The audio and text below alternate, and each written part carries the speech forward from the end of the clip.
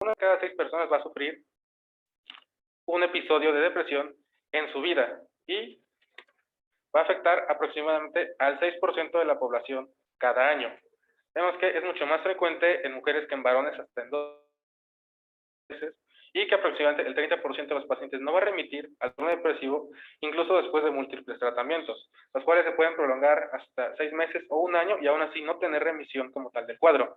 Se menciona que hay muchos factores que van a afectar para que se presente ese trastorno, algunos de los que vamos a revisar más adelante, que siempre mencionan son abuso sexual, físico o emocional durante la niñez. En cuanto a la epidemiología, vemos que no hay una diferencia muy importante hasta cierto punto entre los países de ingreso o que estén en vías de desarrollo y que ya estén desarrollados, que son los dos barrios que están hasta acá, con un porcentaje aproximadamente de 5.8 y 5.6%. Sin embargo, sí hay países que tienen mayor prevalencia. Ucrania, esta vez incluso antes de la guerra, entonces probablemente este valor ya haya aumentado considerablemente. Pero sin embargo, vemos que países como Brasil, también a pesar de ser países en vías de desarrollo, tenían altos índices de depresión, pero lo vemos en países más desarrollados que aparentemente tienen un mejor estilo de vida, como puede ser Estados Unidos, puede ser Nueva Zelanda, Israel, Francia, incluso México aparece dentro de los países con mayor índice de depresión en el mundo. Entonces vemos que lo que sí es importante es que en los países desarrollados más de la mitad de los pacientes sí tienen un tratamiento. Probablemente aún no sea el tratamiento más adecuado o no estén teniendo una buena respuesta, pero ya están captados por los servicios de psiquiatría, mientras que los países en vías de desarrollo, menos del 10% de la población realmente ha sido diagnosticado y está en tratamiento para el trastorno depresivo mayor, lo cual pues obviamente genera mucho impacto en la calidad de vida de estos pacientes, en el desarrollo de la sociedad como tal, y pues a un nivel económico también, porque esto causa mucha ausencia o mucho bajo rendimiento laboral. En cuanto a la media de edad del diagnóstico, es aproximadamente a los 25 años y el pico más importante es entre los 15 y los 40 años, teniendo un segundo pico después de los 60 años. Y menciona que esto sobre todo es en las mujeres, pues tienen como empiezan a ver o a evaluar su vida y muchas veces por distintas dinámicas sociales, al descubrir que no están satisfechas con su desarrollo, pues empiezan a tener este tipo de síntomas. Hay muchas causas, como les mencionaba, pueden ser demográficas, socioeconómicas, de la vivienda, ambientales o del estilo de vida. En cuanto a las demográficas, lo que más importa es la edad, el sexo y la etnia. Las personas que pues no, que tienen una etnia diferente a la caucásica o a la predominante en el país de origen, pues sí suelen tener mayor tasa de episodios de depresión. En cuanto a las socioeconómicas, los que más se asocian son pobreza, desempleo, desigualdad y nivel educativo. Por este mismo ciclo en el que una persona, al ser pobre, no poder progresar dentro de la escala social, pues tiene una represión constante que le genera desigualdad en cuanto a sociedad y pues entra en un ciclo vicioso en el que pues se frustra por no poder salir de ese lugar. En cuanto a la vivienda, puede ser por malas condiciones en la vivienda en el que estemos en un lugar no hecho para albergar una familia o en caso de hacinamiento. Menciona aquí mucho los inmigrantes y las personas que vienen del campo a la ciudad, donde pues en espacios muy pequeños habitan 10, 15 hasta 20 personas.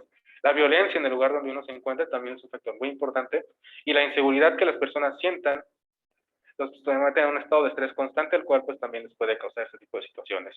En cuanto al ambiente, ya cosas que salen propiamente del individuo y hasta cierto punto de la comunidad, que pueden ser desastres naturales o la guerra. Los fenómenos de migración constantes que han estado sucediendo, tanto de Centroamérica, Norteamérica o de África hacia Europa constantemente, también han demostrado tener mayor índice de trastorno depresivo mayor, de nuevo por las condiciones de vivienda en las que se encuentran, por las situaciones de vulnerabilidad en las que muchas veces están de forma ilegal o que los países no han encontrado la forma de darles un estilo de vida digno para apoyarlos, incluso si han sido desplazados por fenómenos sociales. También la discriminación y el bajo apoyo social que reciban los residentes de un país por parte de sus instituciones. Y detrás del estilo de vida, como puede ser el alcoholismo, el tabaquismo, menciona que la inactividad física y también una dieta alta en grasa o en azúcar se ha asociado a mayor tasa de depresión. Y bueno, pues otra que aparece menciona que esto es más por el lado de la familia. Un individuo que puede tener esas situaciones también puede presentarse con enfermedad crónica. Por su propia enfermedad, va a tener depresión. Sin embargo, la carga que le está generando a su familia o a su cuidador principal también va a empezar a generar una disfunción social en la que requiere muchísimo tiempo para ser atendido y pues va a generar que la dinámica familiar cambie considerablemente.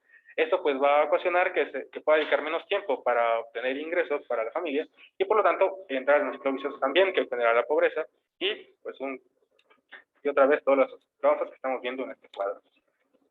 También el trastorno depresivo mayor se ha asociado a mayores tasas de comorbilidad. Vemos que, por ejemplo, tiene un aumento de riesgo para las enfermedades más comunes, para infarto, para diabetes, para obesidad, para alteraciones de la cognición, incluso para cáncer y para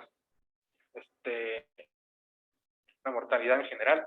Entonces vemos que un episodio como tal puede durar entre 13 a 30 semanas, normalmente es su periodo más crítico, y de nuevo, que el 25 o 30% de los pacientes van a remitir a los 6 meses de tratamiento, el resto no. ¿Por qué? Porque la terapia, a pesar de que llevamos 50 años estudiándola, no se ha encontrado como el fármaco ideal. Muchas veces sí tienen una respuesta idiosincrática al tratamiento, y los efectos adversos también limitan muchísimo esa situación.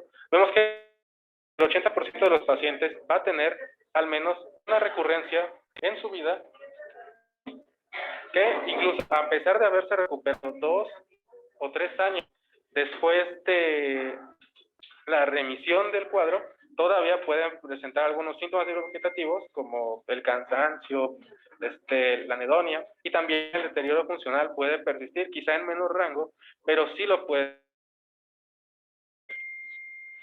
En cuanto al cuadro clínico, vemos que tenemos varios síntomas emocionales, neurovegetativos y neurocognitivos, ¿no? Podemos presentar un estado más deprimido, un estado menos alegre, por decirlo, podemos tener anedonia, que pues es esta incapacidad como de sentir placer por las cosas que antes nos gustaban, que pues ya dependerá de cada persona. Podemos tener sentimientos de culpa o de satisfacción, podemos tener ideaciones suicidas, ya sea que realmente estén bien planeadas o que solo pues pasen un poco más allá de eso, de que a lo mejor decimos, ¿no? De vez en cuando que ojalá yo me muera porque es mucho trabajo o algo así. No, realmente idear un plan o de realmente considerar que sí sería una buena idea realizar eso. Podemos tener fatiga, cansancio, alteraciones en el ciclo del sueño, que tengamos mayor cansancio que nos predisponga a dormir más, o que tengamos menor capacidad para conciliar el sueño realmente. También pérdida o aumento del peso inexplicable, la disminución de la habilidad para concentrarse o para tomar decisiones en cierto momento, así como agitación o retraso psicomotor. Y bueno, pues esta imagen de la película Flea, que pues nos demuestra un inmigrante que realmente ha salido como tal de su situación.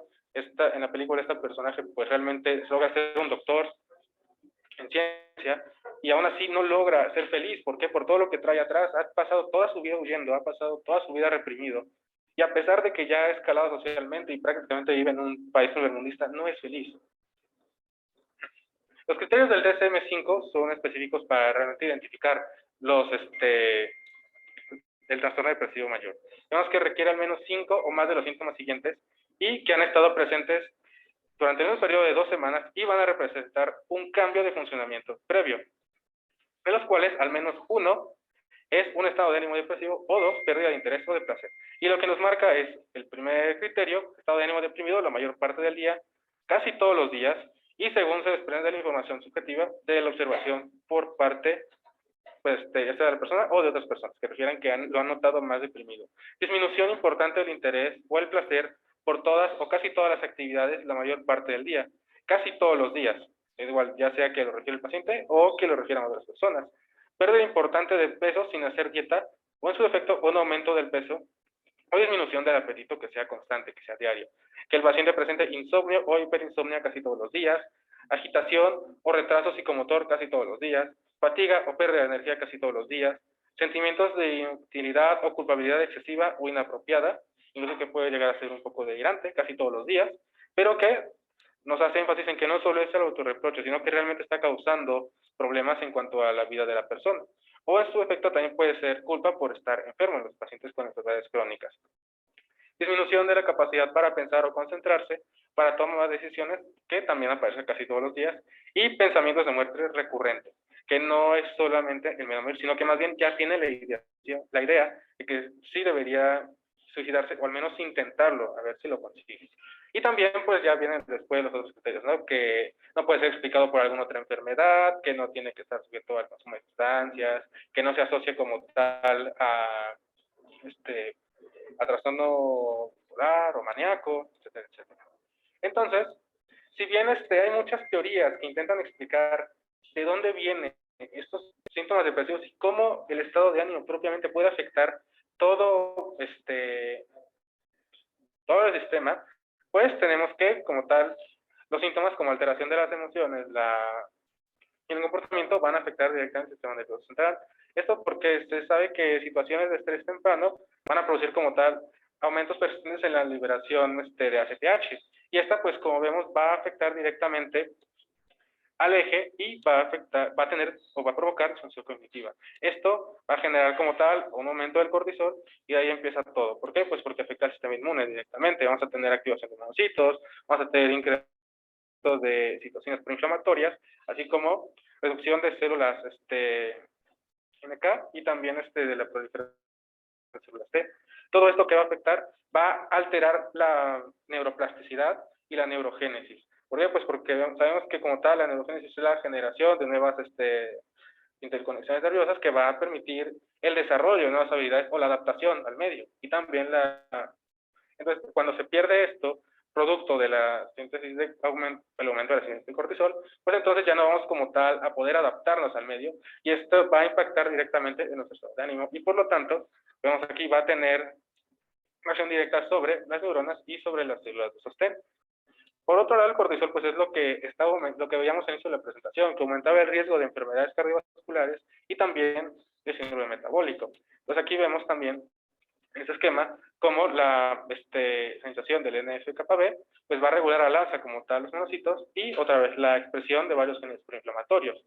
Esto va a afectar la neuroplasticidad y también la función de las neuronas y también va a disminuir el factor neurotrópico derivado del cerebro, que es el que se encarga como de permitir o de forzar que se realice estos cambios neurológicos para adaptarnos al medio. Si nosotros no tenemos, pues entonces tenemos este estado en el que damos en deterioro con pues de ahí la importancia de que acciones tan sencillas en la vida de una persona puedan repercutir directamente a nivel físico y predisponernos a enfermedades. El DSM-5 marca muchas especificaciones y nos da énfasis en que deberíamos integrar el diagnóstico del paciente para poder darle la terapia más adecuada o para su seguimiento. Entonces, algunos de los que marcan son, por ejemplo, con angustia, que incluye al menos dos de los siguientes, que son sensaciones de estar nervioso, que el paciente refiera inquietud inusual, que tenga dificultad para concentrarse, miedo a que le sucedan cosas horribles, no tanto la ideación suicida, sino que algo muy grave le va a pasar, y también la pérdida por perder el control sobre sí mismo. En cuanto a las características mixtas, tiene mayor asociación con trastorno maníaco, estado de ánimo elevado o expansivo, aumento de la autoestima o la grandiosidad, que tenga aumento y velocidad en el habla, que tenga pensamientos acelerados, mayor energía o actividad dirigida hacia una sola cosa, pero que sea muy constante y que ocupe todo el tiempo de su vida, y comportamientos que pudieran tener consecuencias negativas, que el paciente se ponga en situaciones de muchísimo riesgo, como puede ser conducir a muy alta velocidad, exponer a situaciones que realmente amenacen su vida, o consumo de sustancias a una dosis pues, que hasta él sabe que realmente es peligrosa. Así como la reducción de la necesidad de dormir. En cuanto al melancólico, el paciente pues, va a referir anedonia, falta de placer, pérdida de reactividad de los estímulos positivos para la persona, empeoramiento de los síntomas por la mañana, y el paciente refiere a despertarse muy temprano por la mañana y no poder conciliar el sueño posteriormente, que tenga alteraciones psicomotoras, pérdida de peso y pensamientos de culpa excesivos.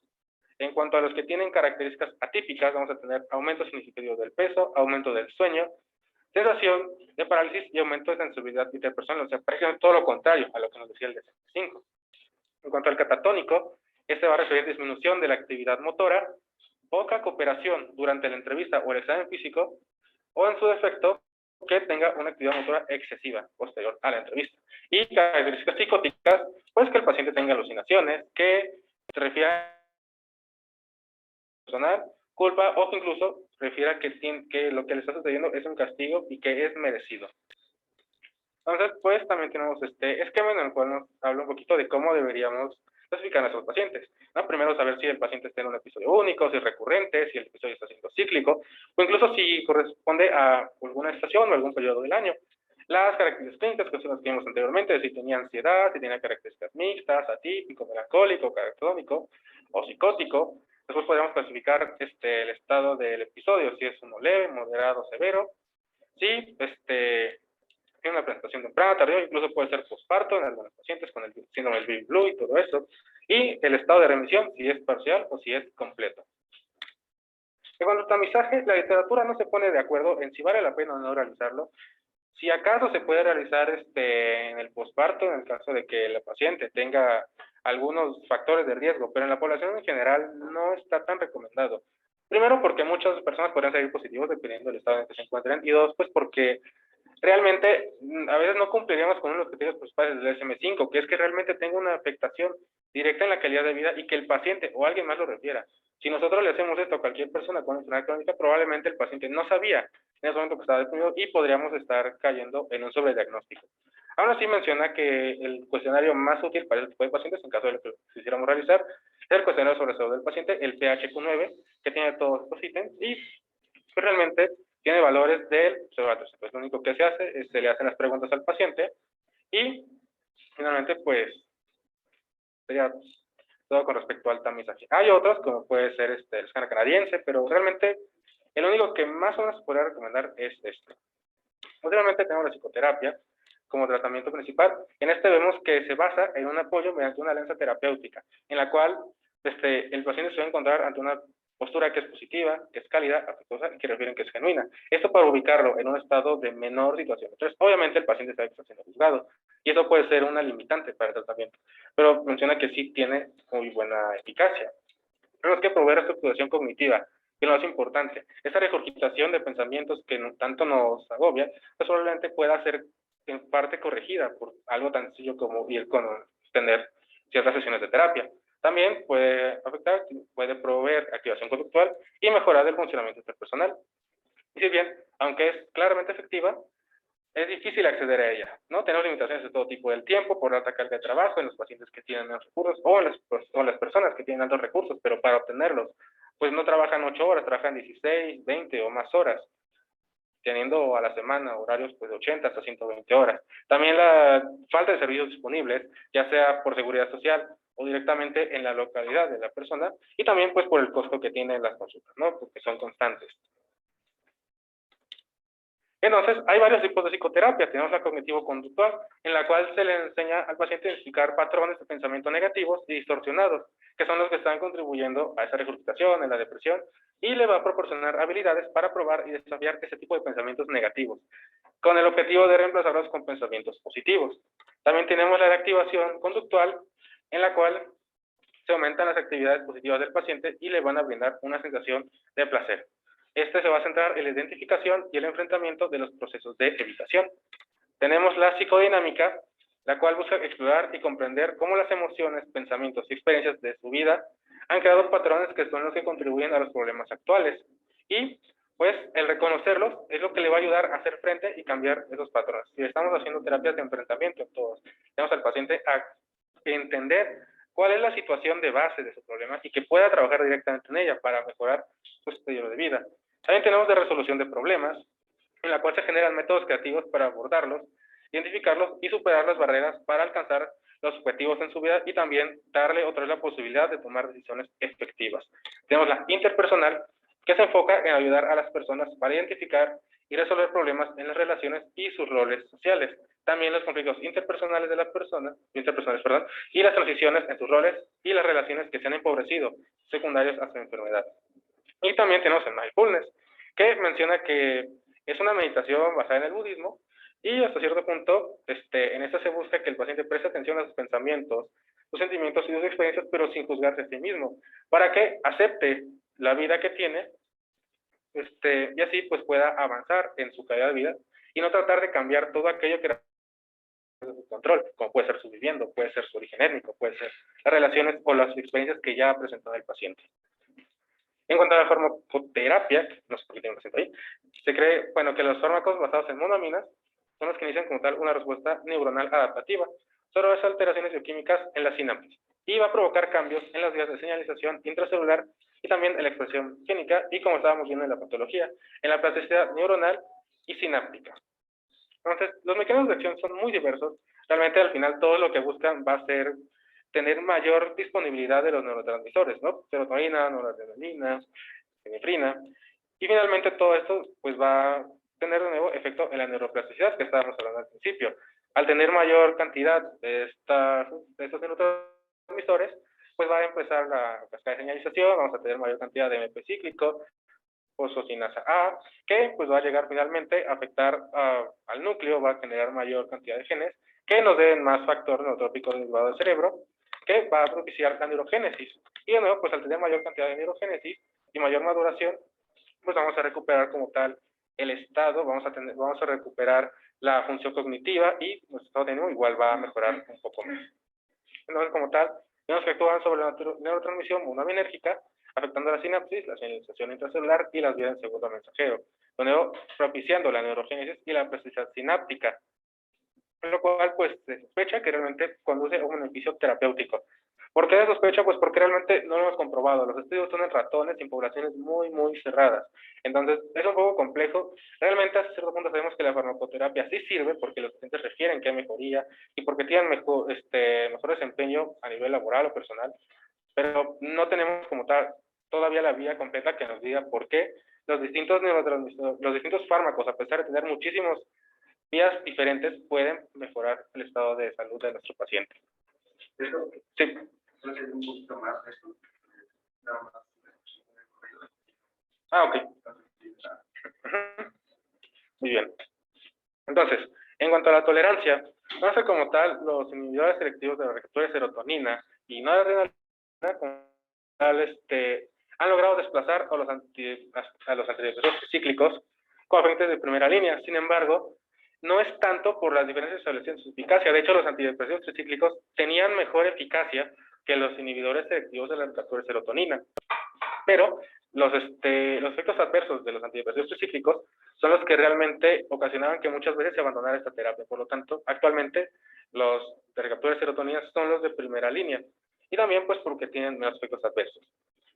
Como tal, la tasa de respuesta oscila entre el 40 y 60%, pero además tienen una respuesta retardada de varias semanas al tratamiento. Mencionan que el mínimo son 2, pero pues ya vimos que puede ser 6 meses y aún así no lograr una remisión adecuada del cuadro. Los efectos adversos más comunes van a ser náusea, insomnio, dolor de cabeza, mareo, síntomas gastrointestinales y disfunción sexual. Y finalmente, ya a largo plazo, pues igual pueden tener algunos aumentos de peso, pueden tener trastornos del sueño y también continuar con la disfunción sexual, que pues al final todo esto puede ocasionar el paciente, si bien tenga una mejoría en el estado de ánimo, como no está cumpliendo sus expectativas por completo, pues igual abandone el tratamiento. Aquí tenemos algunos de los fármacos más utilizados de acuerdo a cada grupo, ¿no? Por ejemplo, los recaptura de serotonina, tenemos el citalopram, la fluoxetina o el famoso Proza, que se ve en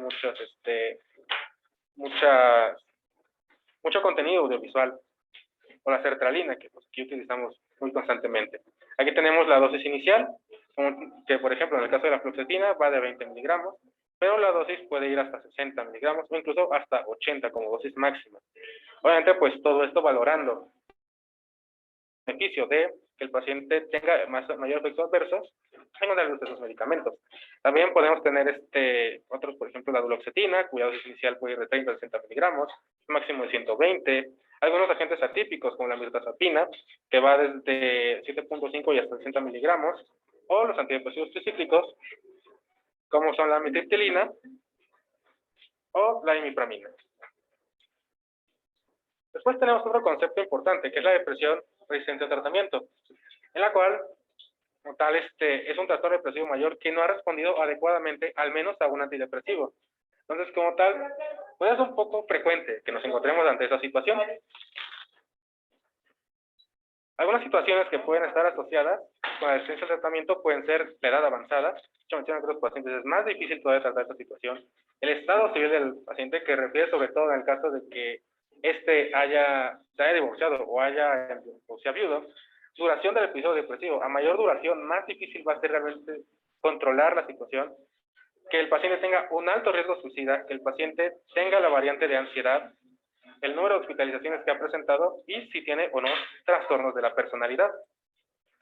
Algunas estrategias farmacológicas puede ser añadir un antipsicótico atípico, como puede ser quetiapina, o si no, olanzapina, aumentar la dosis que puede corresponder a la tableta que veíamos anteriormente, en la cual la dosis se puede aumentar hasta 3 veces. Se puede añadir litio, también se puede cambiar de antidepresivo, ya sea por uno del mismo grupo o por otro antidepresivo de un grupo diferente. Y algunos mencionan que incluso la adición de T3 puede ayudar a este tipo de pacientes, aunque pues obviamente todo esto es escalonado. El primero que recomienda como tal es el aumento de la dosis. Si a pesar de ya estar en dosis máxima no lo conseguimos, podemos cambiar de antidepresivo. Si aún así no lo conseguimos, se puede añadir un antipsicótico atípico o se puede añadir litio directamente. Y ya como último terapia de rescate, pues añadir la T3. Otro que ha revolucionado, que ha tenido otra vez impacto en cuanto al tratamiento del trastorno depresivo mayor, es la terapia electroconvulsiva, en la cual se provoca una convulsión durante una anestesia breve. Sin embargo, sí mencionan siempre que se necesita el consentimiento informado del paciente, se tiene que explicar realmente cómo es el procedimiento y los beneficios que va a tener, pues el estigma que se generó, igual, sobre todo el contenido audiovisual al que hemos visto constantemente, pues muchas veces se rechaza este tipo de terapia sin siquiera conocer realmente el beneficio que podría tener. Digamos que este es el tratamiento biológico no farmacológico más eficaz para la terapia resistente a medicamentos. De hecho, en Europa, sobre todo en Inglaterra, pues sí, su uso en los últimos años sí ha ido mucho en aumento. Y también sus principales indicaciones es cuando se requiere una respuesta antidepresiva rápida, que puede ser en pacientes que tengan un episodio muy severo o que tengan un alto riesgo de suicidio. Sin embargo, los efectos adversos principales va a ser la amnesia, que puede ser anterógrada o retrógrada. Y finalmente, en cuanto al riesgo suicida, los pacientes tienen una mortalidad general muy elevada, ya la vimos, porque no solo aumenta la predisposición a enfermedades metabólicas, sino por el riesgo constante al que están de presentar o de cometer suicidio. Se estima que las personas con trastorno depresivo mayor pierden aproximadamente 10.6 años de vida en los varones y 7.2 años de vida en las mujeres, datos igual sumamente importantes. Sin embargo, se han ideado estrategias para reducir los suicidios, sobre todo en los puntos críticos, que en realidad estos son como lugares donde la gente generalmente comete el suicidio. Suelen ser puentes muy elevados, suelen ser bosques, suelen ser zonas de conflicto donde la gente generalmente va solo para sueldo. Sin embargo, las estrategias son un poco controversiales, porque muchas veces, por ejemplo, es muy famoso el caso de un puente que está en Corea, donde algo que han hecho es poner imágenes de comida rápida para que la gente como que vea los colores y diga, bueno, primero antes de matarme voy a comer una hamburguesa, y en teoría como que se les olvida. O por el otro lado les ponen ahí teléfonos de asistencia para que vayan a buscar ayuda de forma gratuita. No se ha confirmado que funcione, sin embargo, pues se sigue intentando para ver si así se logra disminuir un poco ese riesgo.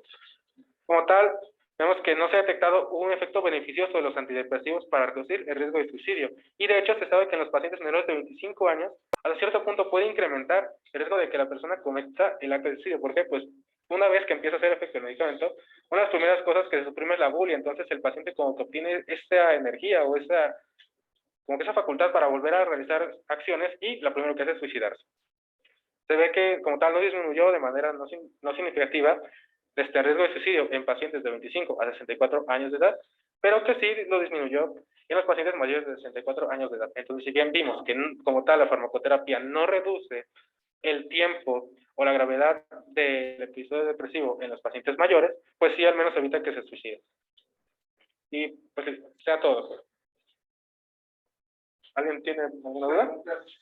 Sí, dentro de las características clínicas que comentaste, ¿cuáles serían tres situaciones por las cuales es hospitalizar a tu paciente con trastorno de depresión mayor? Bueno, o sea, puede ser que el paciente ya esté realmente como teniendo una ideación suicida muy clara. Otra.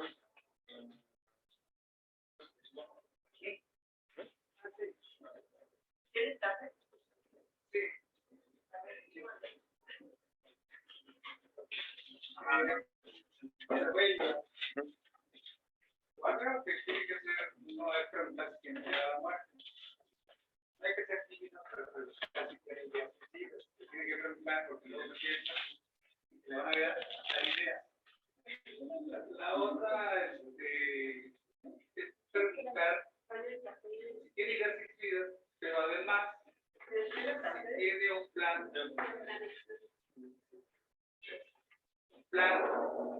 sobre cómo suicidarse, ya sea más riesgo. Y a ver si ya no llegan los intentos suicidas. Entonces, ver qué tipo de plan tuvo o qué usó. Por ejemplo, si se aventó las vías del método, porque ese sí era realmente los compañeros suicidas. Otra cosa importante es ver los factores de riesgo. Y que va a ser una enfermedad crónica antes de antecedentes niveles de suicidio. Estoy haciendo favores. Entonces, también puede ser una persona que abusa de alcohol, porque en un estado de alcoholismo se logra más más. Y pero sí hay más factores. Sí ha intentado varias veces y no lo ha logrado. Muchas veces no, está manipulando, pero en algún momento puede ser un intento serio. O a veces son a veces alguien se intenta suceder con 4 aspirinas, lo cual no lo va a lograr, pero uno pudiera ser que no le crea al paciente, hay que creerle porque hizo algo. Y a lo mejor sí puede ser manipulatorio, pero eso lo tenemos que interrogar, no de primera instancia, porque no nos va a decir. Pero sí también ver qué factores estresantes tuvo el momento, por ejemplo, cuando hubo problemas financieros en Estados Unidos y aquí en México, algunos, aumentó el número de suicidios. Y esos son factores de riesgo. Entonces tenemos que buscar factores estresantes para ver qué está pasando. Yo tengo una crítica para los que dicen que el antidepresivo no baja el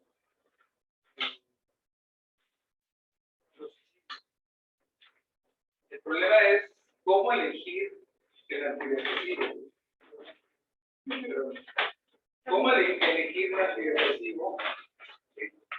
Entonces, ayer les decía que tenemos que ver el perfil del paciente y el perfil del antidepresivo en el medicamento hay más datos. Porque hay medicamentos que actúan no nada más sobre la serotonina, pueden actuar sobre la dopamina. Por ejemplo, alguien pudiera pensar que el nivel selectivo de la serotonina, que es no debe ser la glucosamina, la clozapina, y sabemos que no de primera instancia, de manera directa, va a aumentar el tono dopaminérgico. Entonces es muy importante saber el perfil del medicamento, porque si tenemos anhedonia, pues para nosotros sería más fácil que acuerdo ese perfil avanzar la progesterona o la serotonina o un medicamento dopaminérgico como de puntuación. Si tiene insomnio, pues podemos usar un medicamento que le dé más que es la metrozapina, que trata mucha somnolencia en un principio. Muchas de las veces se debe un insomnio ya de meses, donde el paciente duerme 1 o 2 horas. Ese paciente ya está cansado, ya está harto, y es más fácil que se ve el suicidio. Es muy importante. Entonces, conocer el perfil del paciente, que son los síntomas que puede decir, porque hay síntomas relacionados con la medicina. Entonces, este perfil nos va a ayudar a elegir qué medicamentos actúan sobre esos síntomas. Tenemos que ver si hay un tono dopaminérgico bajo o alto. Entonces, si está alto, podemos usar un antipsicótico que es regular a la dopamina, lo baja. Y también a veces no responde. Entonces, ciertas ocasiones, si no usamos un antipsicótico, pues va a tener más energía o la dopamina de energía para poder suicidarse. Se decía que la medicina tenía mucho problema para inducir suicidio. Si no le damos bien un medicamento y la persona está muy deprimida, tan deprimida que no puede ni dormir, no puede suicidarse, cuando le damos un medicamento que va a aumentar el tono dopaminérgico o el nivel de energía, en el transcurso de que mejora totalmente o tiene una buena respuesta al medicamento, no nos mejora total. Pero en ese transcurso sucede que se puede suicidar porque ya tiene el impulso aumentado. Entonces tenemos que tener todo eso en cuenta al momento de prescribir un medicamento. Si podemos prescribir la fluoxetina, pero tenemos que cuidar a nuestros pacientes para que no tengan esa capacidad de lo que hace el medicamento. Otra cosa también, que es mejor si, por ejemplo, los hombres realmente hacen más ejercicio porque son más agresivos los mujeres, las mujeres lo intentan más. Entonces, ahí podemos en los hombres dar más psicóticos y vemos que está ya tiene plan y ya lo intentó alguna vez, pero generalmente el hombre que lo intenta usa armas letales.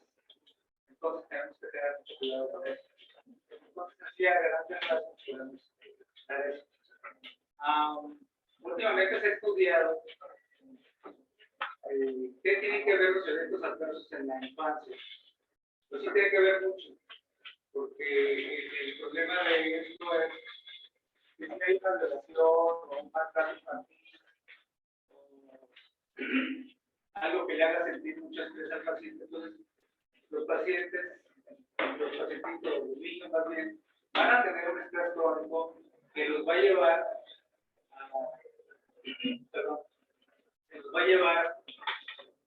a estar muy estresados de manera crónica y van a tener también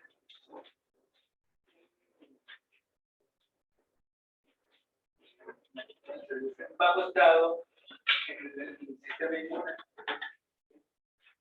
Se le dice inflamación de bajo grado y lo va a tener por mucho tiempo y eso va a contribuir a que el paciente ya sea en la adolescencia o en la adultez, o hasta la adultez, en la tercera edad, va a ver que se tiene un problema ya donde el paciente está muy agotado y ahí puede haber un desencadenante con esta predisposición. También puede haber alteraciones de problemas genéticos. Entonces, un factor, pero se ha estado estudiando mucho esto de los eventos adversos de la infancia, que se han relacionado con más tasas de suicidio y con más valor de depresión. También puede causar, que yo tiendo a escuchar más por depresión. Entonces, está mucha importancia de esto. Y los eventos adversos de la infancia, los que ya hemos comentado. Por ejemplo, en Estados Unidos se detectó en 3 estados, en un gran estudio que hicieron de miles de pacientes, por el 80.000, se vio que entre estos pacientes tenían eventos adversos en un 5, y estas personas, perdón, en un 59%. Aquí en México se hizo un estudio, la OMS, y detectó el 40%, que es muy alto, y eso se relaciona con problemas de depresión y ansiedad. Pero ¿qué tiene que ver aquí con los infartos? Como aumenta el estado inflamatorio de los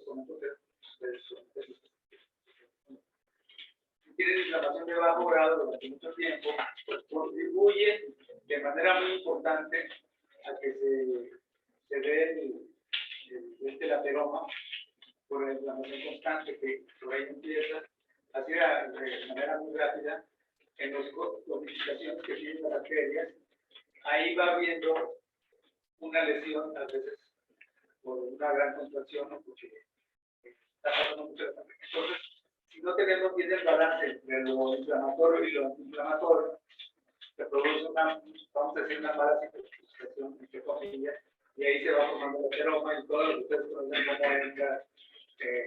las grasas ahí, los líquidos. Se habla uno de bajo grado, perdón, el líquido dice de alta densidad, ¿no? Entonces los de alta densidad son los que menos problemas causan. bueno, causas que son, vamos a decir, productoras que le van a decir a causa problemas. Entonces, para mí, yo creo que usted tiene que saber, porque nada más a veces le dan para bajar la grasa, para bajar los líquidos, o bajar el colesterol.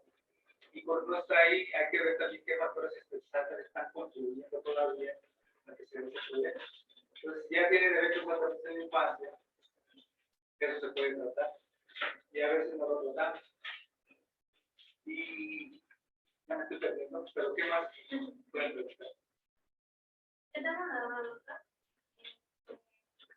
¿Cómo se debe actuar, más allá como médicos, como personas, ante un conocido que te comparte que tiene que hacer necesidad? En primer lugar, la posición corporal que tiene el paciente. ¿Dónde está en tu entonces, tener una posición más relajada. A veces no se logra. A veces podemos estar moviendo la pierna, haciendo esto. Estamos transmitiendo al paciente que lo que él tiene es muy grave y que nos pone tensos. Pero muchas veces nosotros hacemos tensos. Entonces, una posición muy relajada es muy importante. La posición postural, por ejemplo, yo he visto a pacientes de psiquiatría, no se le cae cuando tiene así muy tensa o tiene ahí. Pueden sentarse, están cansados, pero la posición también de cansado tiene que dar una buena imagen del paciente y tener una actitud receptiva. ¿Qué hacer? Escuchar. Entonces, ¿cuánto tiempo tienen para escuchar? A veces tienen 15 minutos. Pero si le pueden dar 20, 30 minutos, está hablando de su, entonces, que el paciente saque todo lo que hay, que vomite todo lo mal que se siente. Y no estarlo consolando, ay, pues yo lo voy a ayudar, no, escuchar. Y al final, pues vamos a hacer esto para el tratamiento. Y si ustedes dicen, pues yo no le voy a dar tratamiento, pueden decir que a mí me chocaba mucho, no, pues mandan a los psiquiatras y hay especialistas. No puede decir, bueno, pues voy a dar un antidepresivo y te voy a dar. Pero siempre un antidepresivo que no cause tanta angustia en el principio, o avisar, no tanta angustia en el principio, pero sí darle un antidepresivo o una psicótica. Pero la escucha es muy importante, que así te haga tratar. Y a veces, no hacerlo sentir culpable, oye, ¿qué va a pasar con su esposa o con sus hijos? Él lo sabe. Y lo podemos hacer de una manera muy sutil, como diciendo, oye, ¿cómo estás? ¿Cómo estás? ¿Cómo tienes problemas con tu esposa? Por ahí también pueden salir muchas cosas, muchas flores, pero no decirle, oiga, se va a actualmente los adolescentes están sucediendo mucho, entonces con los adolescentes más difícil lograr esa buena relación. Pero si ustedes escuchan que el paciente lo dice, que bueno, a veces no dice nada, el paciente no quiere hablar, porque está muy seguro de lo que quiere explicar. Y el punto es aquí que a eso estamos sospechando de que realmente se o hizo un buen intento, o se encontró algo para sus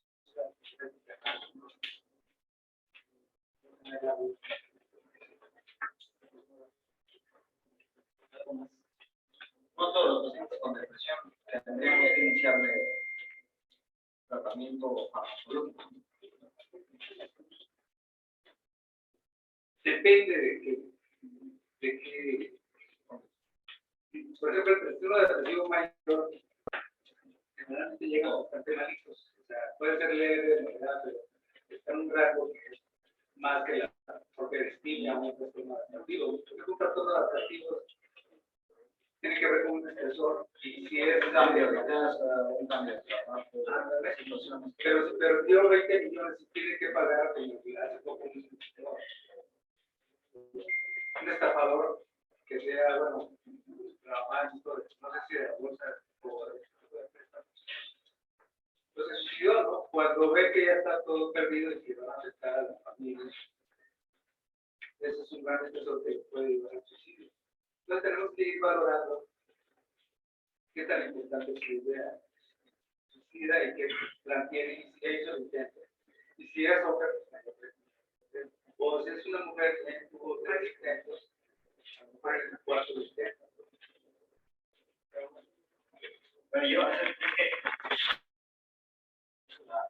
explica porque en nuestra población es sumamente prevalente en los trastornos médicos, ansiosos depresivos, los trastornos de vestimia. Entonces, no a todos los pacientes, hay que valorar bien, no a todos los pacientes les tenemos un tratamiento farmacológico. Y muchos de los pacientes tienen tratamientos farmacológicos sin un acompañamiento psicoterapéutico. Que eso es absolutamente importante porque les inicia el tratamiento antidepresivo, o ansiolítico, y justo eso, ¿no? Les inician una pastilla de sertralina, les da el rush de serotonina, empiezan con síntomas ansiosos más de lo que ya tenían. Entonces retiran el medicamento, no tienen un acompañamiento psicoterapéutico. Entonces hay que valorar bien a qué paciente le puede iniciar, porque paciente podemos darle oportunidad con un apoyo psicoterapéutico. Entonces, creo que en ese lado, cuando cumple depresión, hay que dar por ejemplo, distimia, ansiedad, son los contextos donde se puede considerar la depresión. Sí, no todo. El problema del antidepresivo, sobre todo los inhibidores selectivos de la serotonina, sucede que la mayoría en un principio causan hipotensión. Y hay una respuesta enérgica para subir la presión. Y es ahí la angustia que sienten. Por eso hay que decirles. Puede tener también la cefalea para subir la presión. Entonces, uno tiene que entender cómo funcionan estos medicamentos. Ustedes leer, saber. Entonces, muchas veces se angustian más. ¿Sí? Y dicen, oye, doctor, en lugar de mejorar, me estoy más ansioso. ¿Sí? Si tienen ideación suicida, pues si tienen ganas de tener un plan, pues lo van a llevar a cabo. Entonces hay que explicarles que al principio van a tener ansiedad, pero también si tienen ideación suicida o mucha ansiedad ya la tenían antes, hay que apoyar cuando se pagan, pero hay que tener en cuenta que no darlo por más de 2 meses. En lo que hace efecto el otro medicamento. ¿Cuándo decidir hay que hacer un antidepresivo? Por ejemplo, si tienen una enfermedad médica que ustedes van a ver más efecto o aquí se ve más. El paciente no está recuperando. El paciente dice, ya no quiero saber más nada, no disfruto nada, no estoy durmiendo bien. Entonces, ese paciente es de muy mal pronóstico para solo con psicoterapia. Por ejemplo, a mí, yo doy psicoterapia, acostumbro dar la terapia mixta con psicoterapia y medicamentos. Y también se sabe que la mayoría de los inhibidores selectivos, pero principalmente que se ha estudiado más en la fluoxetina, le da una apertura de aprender más. Porque ¿qué es la psicoterapia? Es aprender más técnicas de pensamiento. Y, por ejemplo, en oftalmología, cuando tienen una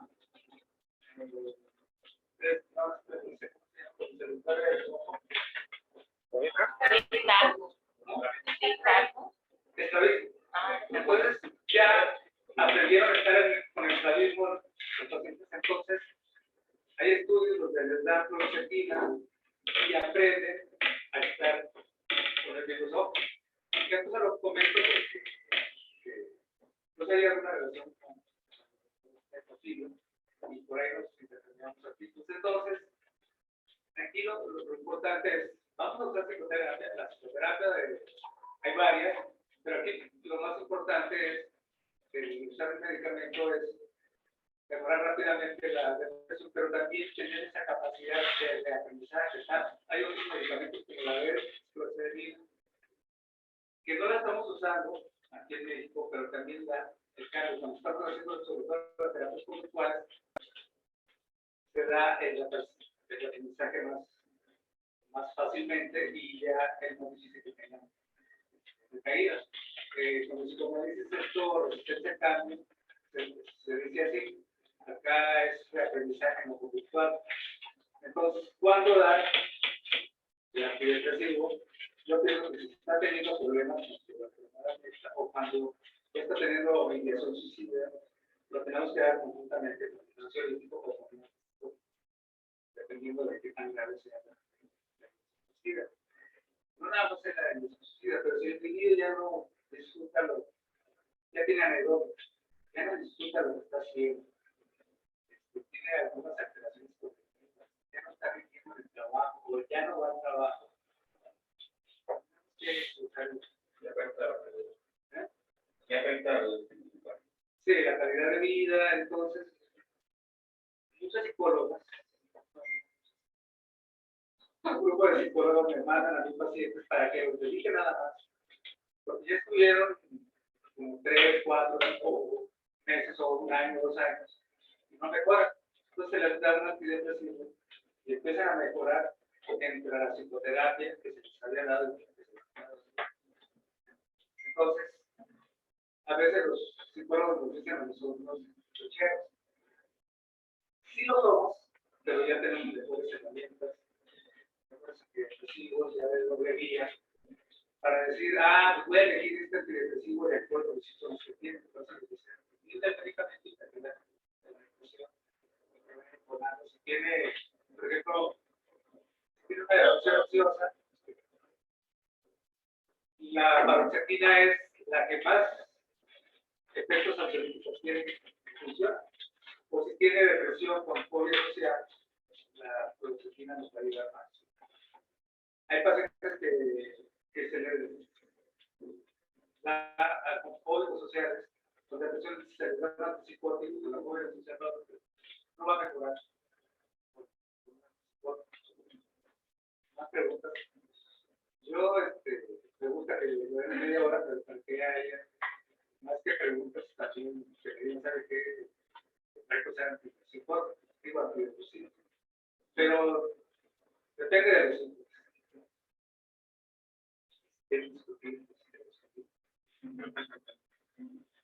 La otra vez fui a oncología, me pidieron que hablara sobre antidepresivos, se pusieron muy graves. Bueno, estuvo muy bien la discusión.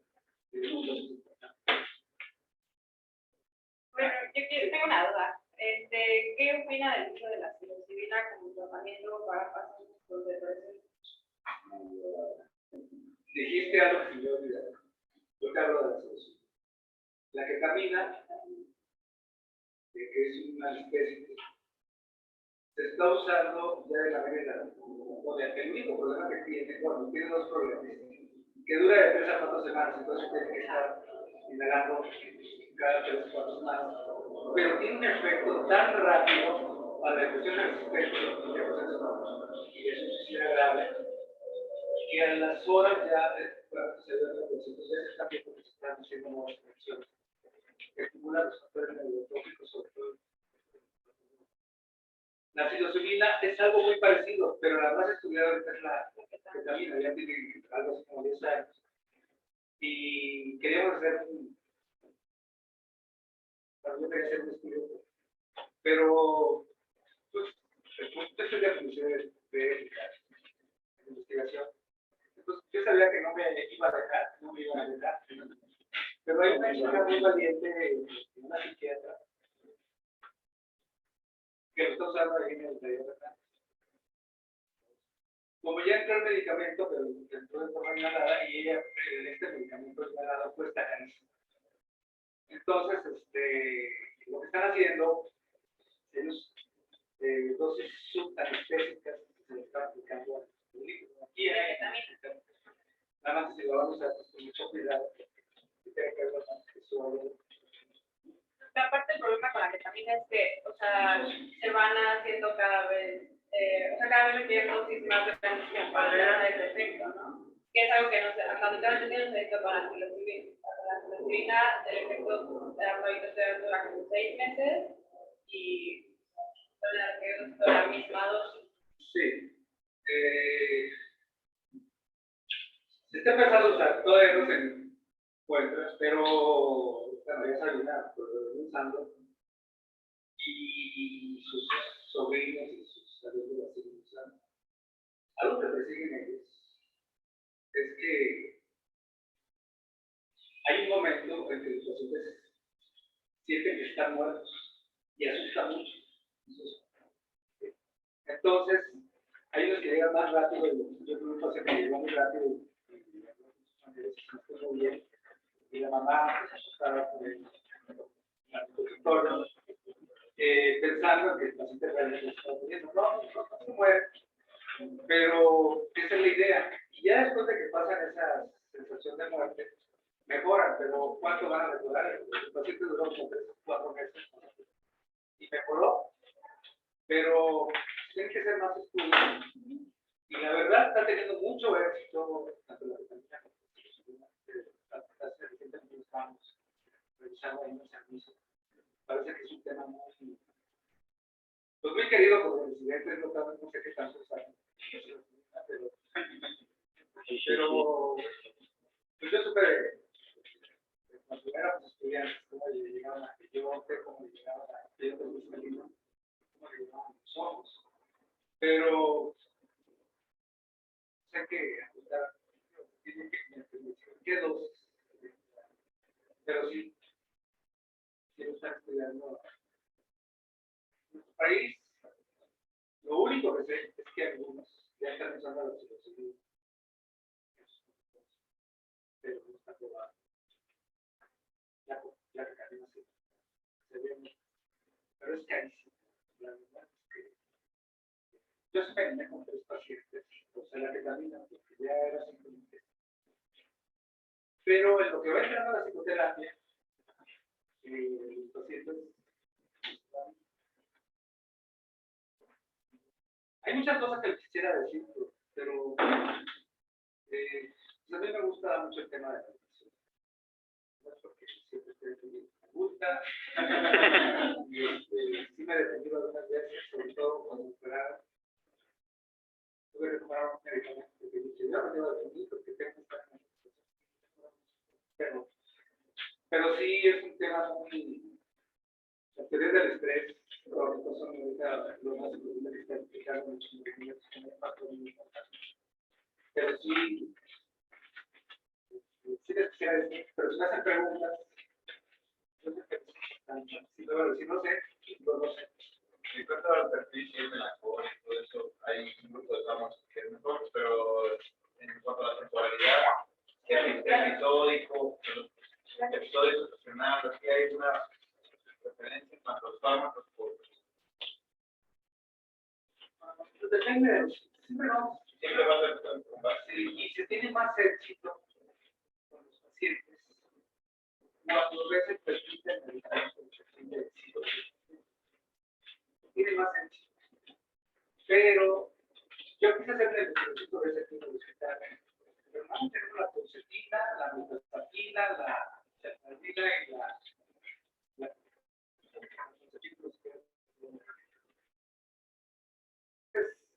son muy pocos medicamentos, entonces mantienen así abiertos, si le siguen a los psiquiatras, la elección y cuánto tiempo maturaron los medicamentos, y vamos a ver sobre qué síntomas, sobre qué perfil los psiquiatras estuvieron afectados. Pero cuando pedí más medicamentos, pregunté, era como paso de pertinencia, entonces ahí sí se necesita mucho dinero para todos los actualmente, es bueno, pero es el más selectivo. Actualmente dicen que ya lo probaron.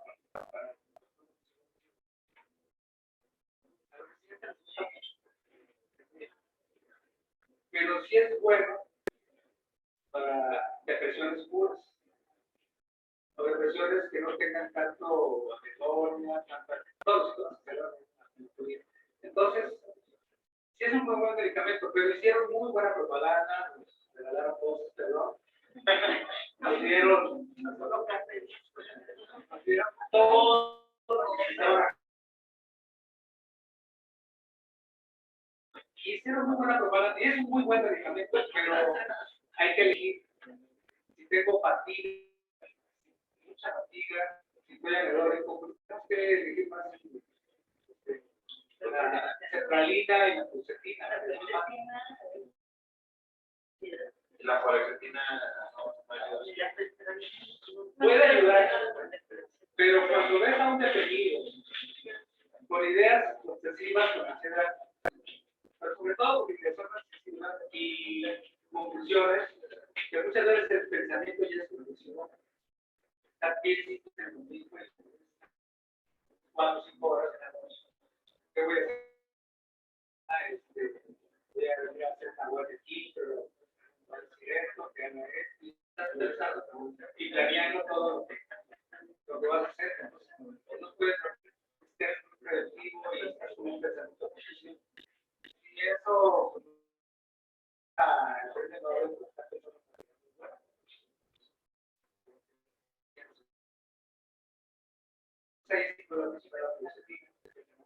Yo creo muy buenos resultados. A los siguientes constantemente estoy diciendo, no están identificando. Hay ideas persistentes. Y a veces hay ideas positivas acerca de eso. Pero a ellos les parece una idea absurda. No es una idea sociedad profesional. Es una idea sociedad. Y no sé qué, si te entiendes la pregunta. Sí, o sea, ¿de qué persiguen la paroxetina? La paroxetina tiene un efecto ansiolítico, es más la depresión ansiosa, que es un diagnóstico de trastorno mixto ansioso depresivo. Ahí funciona muy bien. También funciona en pobres sociales, que son los pobres. También funciona muy bien en las depresiones ansiosas. Es inhibidor bueno. Es inhibidor bueno. No, De la relectura. pero tiene un efecto ansiolítico, pero a veces nosotros tenemos miedo a usar los duales que actúan sobre la serotonina y norepinefrina. Y pensamos que va a causar más ansiedad, pero no es tan cierto. Algunos tenemos que ver los síntomas, que los síntomas están relacionados. Es que noradrenalina es unos síntomas. Sí, pero hay pacientes que a veces les baja la norepinefrina y en un estado compensatorio sube la norepinefrina. Entonces tenemos que ver si todo el tiempo están ansiosos. Y esto lo vemos cuando usamos medicamentos. Baja, se da la hipotensión y hay un aumento de la norepinefrina. Esto que les digo no viene en libros, pero a través de estar estudiando títulos básicos que están en investigación todavía y que nos dan dando ideas que todavía no saben, pero pues hay que ver cómo va la ansiedad. Si es constante como las chicas o chicas que tienen un trastorno límite de la personalidad. Entonces, pues tenemos que ver, insisto, qué síntomas tienen. Vamos a ver resultando. Entonces, resultando que nos están subdiagnosticados del trastorno. Y tenemos que ver si hay trastorno de la personalidad de esa persona. Es muy difícil encontrar una depresión pura. Y esto lo digo porque tengo compañeros que buscan depresión pura en el Instituto Nacional de Psiquiatría. Nosotros también tienen otro padecimiento psiquiátrico o tienen padecimiento físico o menos. No, es que estaba calentando por eso. Yo puedo seguir hablando la pregunta, pero depende de si ya es la después de llegar a un cuarto. Pero pues lo que les puedo decir es estudiar un poco más de estos padecimientos y la depresión, o todo tipo de depresión. Nosotros hicimos un estudio aquí y casi el 60% tenía depresión y el 80% tenía estas formas de ansiedad. Sí, y sabemos que la ansiedad y la depresión aumentan la prestancia hospitalaria y aumentan la conformidad. Y Ya no nos falta saber la polaridad, era psíquica. sí, y eso pues ustedes lo saben, ustedes saben.